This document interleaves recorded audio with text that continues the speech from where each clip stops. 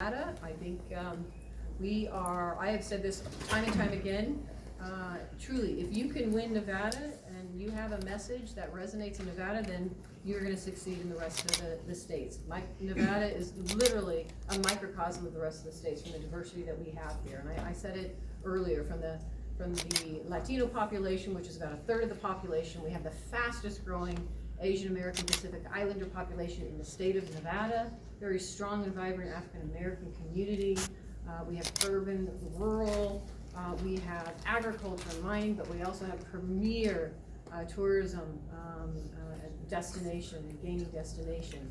So literally, if you're around this state and you're talking to people, then you are resonating and making a difference and having a message that's going to connect you with other folks across the country. So that's why we are excited to be in Nevada, the first in the West caucus that will play out. It's going to be one of the most important, I believe, and we will see it as it plays out in February. Does anybody have any questions? Yeah. Mm-hmm. Yes, Senator. Yeah. Good to see you.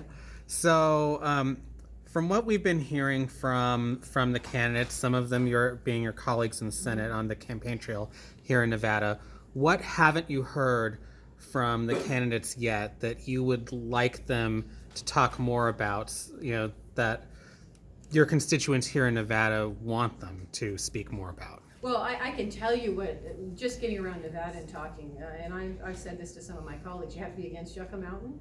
Mm-hmm. You have to be talking about healthcare. It's the number one issue, affordable healthcare in this state. We are a state that expanded Medicaid. We created the Silver State Healthcare Exchange. More people have coverage in the state because of it. Pre-existing conditions are covered.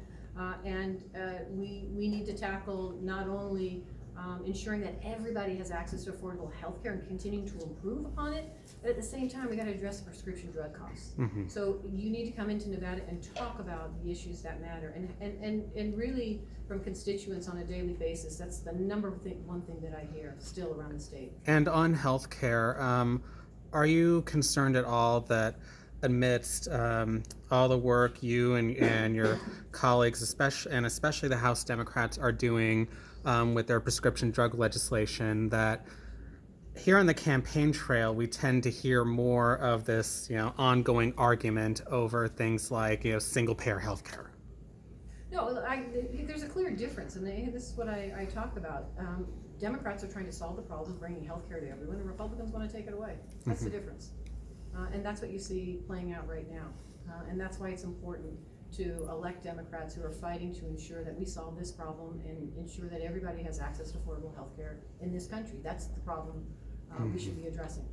Senator Masto, is your campaign going to use any of their resources to help teach Nevadans about the caucus and how to caucus? I'm sorry, say that again? Is your team going to use any of your resources to reach out to Nevadans and teach them about the caucus process? The state party is. So we've all been supportive of the state party to make sure that we are reaching out and educating Nevadans who want to participate in the caucus to make sure that they have the information they need. I am excited because, as you well know, in this caucus, we are going to actually have opportunities for more access to participate with our early access and early voting as well.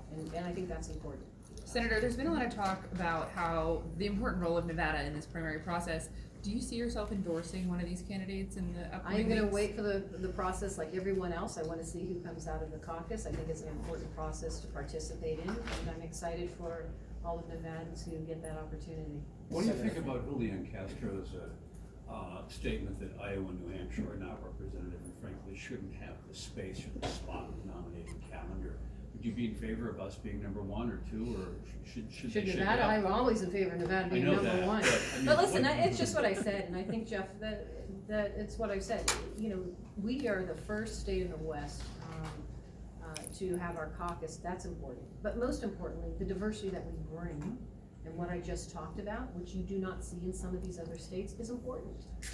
Particularly in states that we are playing out, not just in presidentials, but in the Senate races that I'm working on as well as the chair of the Democratic Senatorial Campaign Committee.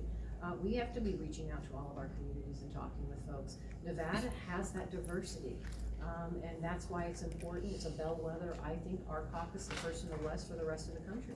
Senator, do you have any concerns that the focus by Democratic presidential candidates on Medicare for All and how controversial that is, might have some kind of negative effect on competitive Senate races across the country in 2020.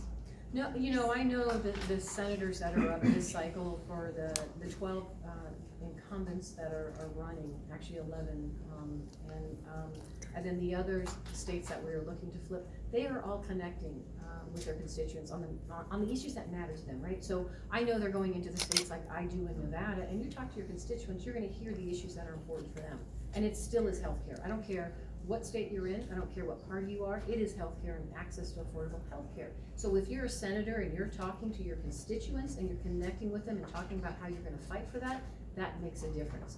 From my perspective, it's just what I've said, there's a clear distinction between the two parties where the Democrats are fighting for healthcare and ensuring that everybody has access to lower your costs, and the Republicans just wanna take it away. You just have to look at the administration right now and their lawsuit in federal court, trying to dismantle the Affordable Care Act and take away coverage for pre-existing rights.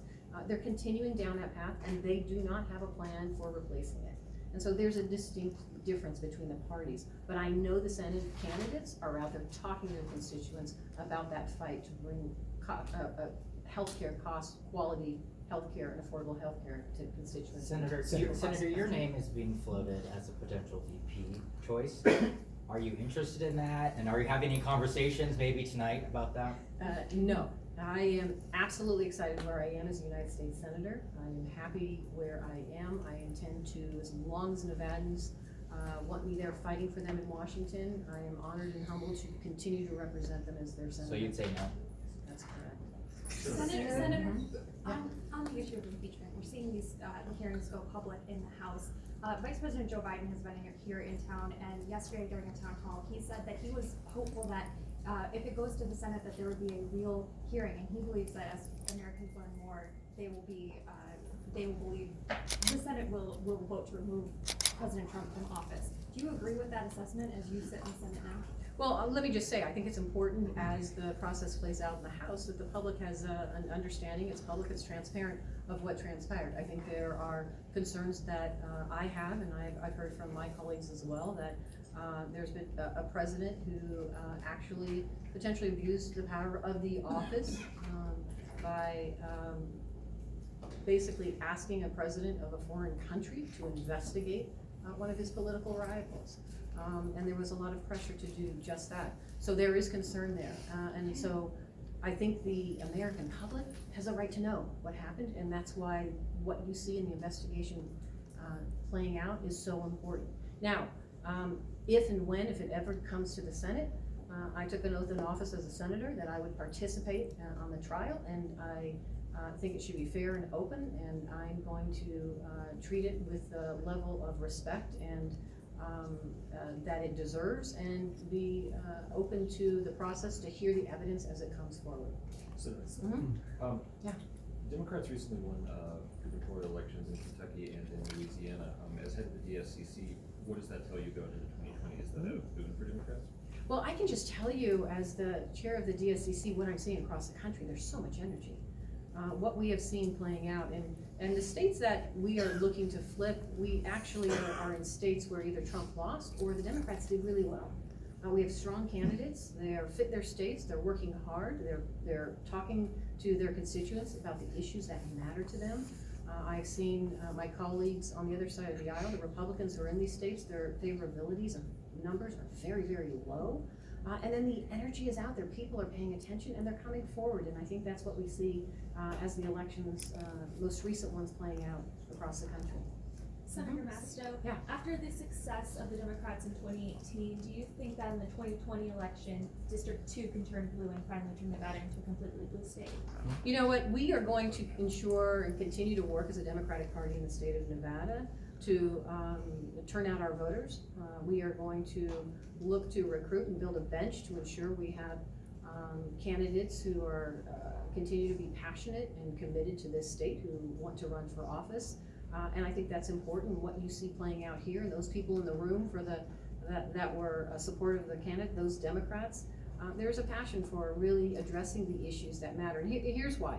Because what we have seen here, from common sense gun safety measures to affordable health care to women's reproductive right to addressing the climate crisis, all of that are issues that we all care about, and we need to move forward and get something done. But we need a Congress that's willing to step up to the plate. What I have seen the last 3 years under Mitch McConnell is truly a legislative graveyard. None of those bills, nothing that the House has passed is moving, unless you're a federal judge from the Federalist Society. That's not the Senate. That's not how we address what a majority of Americans want us to address across this country, the issues that matter to them.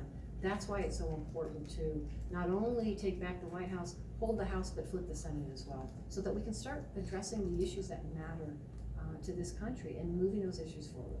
So thank you guys, thank you for everyone for being